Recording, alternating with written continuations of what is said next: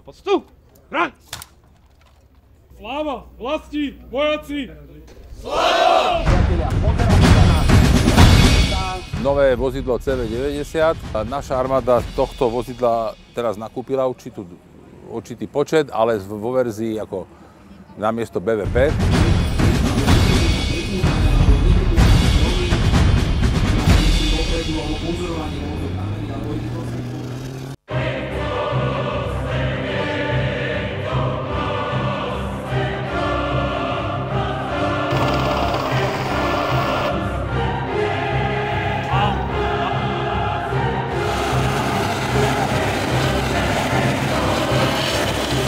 Jediný boj, ktorý dnes budeme zvázať, je boj o vašu priazeň a podporu príslušníkov ozbrojených síl.